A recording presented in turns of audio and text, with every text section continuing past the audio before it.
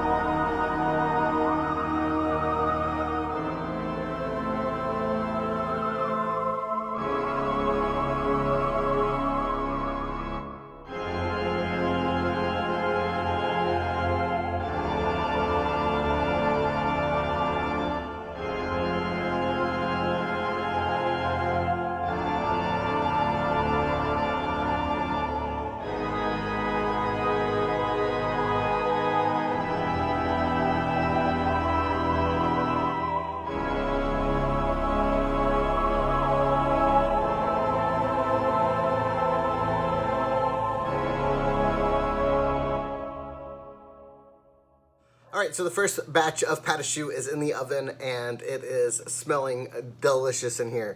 Honestly, though, I don't think I'm a big fan of the croquembouche for Halloween. It's got a very familiar Christmas holiday smell to me right now in the kitchen, and it's kind of throwing me off a little bit because I'm supposed to be spooky, but I'm also supposed to be croquembouche, and those two just don't mesh in my mind, I guess. So as those cook, I have to do 3 separate trays of them because my oven is small and I can only fit 1 tray in at a time. As those cook, I am going to whip together the sweet potato puree and the peanut butter so that I can pipe that into the cream puffs. I want them to get nice and fluffy. I might add a little bit of heavy whipping cream just to get a little extra fluff into there and a little more sweetness, actually, because neither of those are too sweet.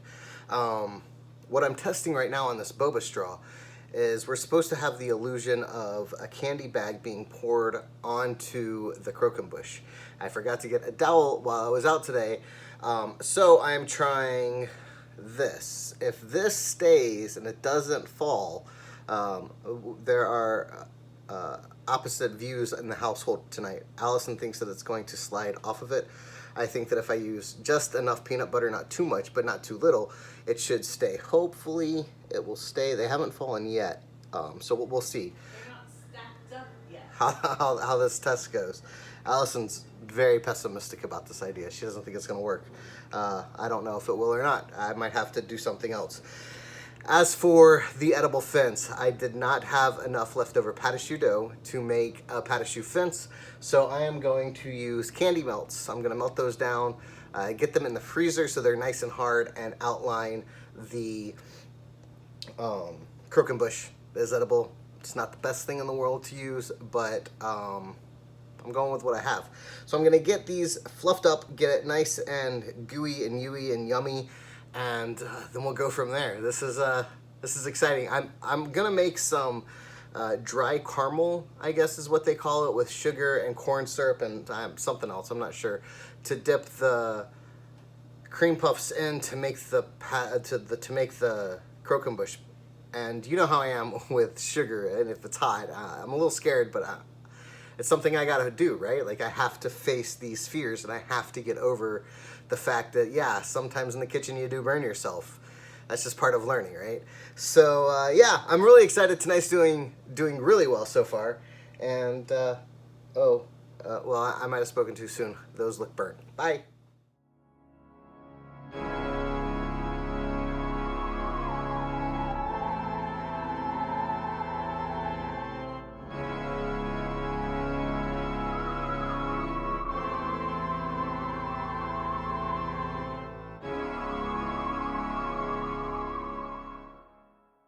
All right, so the cream puffs are not burned. They're getting a little brown, but they're good. So I took the Reese's and I put peanut butter on a boba straw. And as I started to do it, it started to get hotter and hotter in here. The oven is at 450 degrees. It is a furnace in this house right now. So as I started to do it, the peanut butter started to melt and they started to slide off the stick. So I had this idea of throwing it in the freezer until all of this is done. So they are going to be frozen, hopefully. They're in the deep freezer outside. Hopefully they'll be frozen and they'll stay on the stick. If not, it's gonna be a good learning experience for me. As of now, Reese's Pieces, so good. So now I'm going to get the puree and the peanut butter all kind of mixed together, kind of get some more air into it, get light and fluffy, just see how it goes. And then we wait until everything is done. I have to figure out how to make this dry caramel. I know I have to use corn syrup and sugar and something else, but I'm honestly not sure what. I know it's not water because it's dry, so I don't know. I'll have to look and see. But anyways, so far it's going good. I'm happy with it. I think it's coming out really well. The Braves just clinched the National League East. I am so stoked. I'm a huge Braves fan, so for them to win, it's just a good night. It's a good night.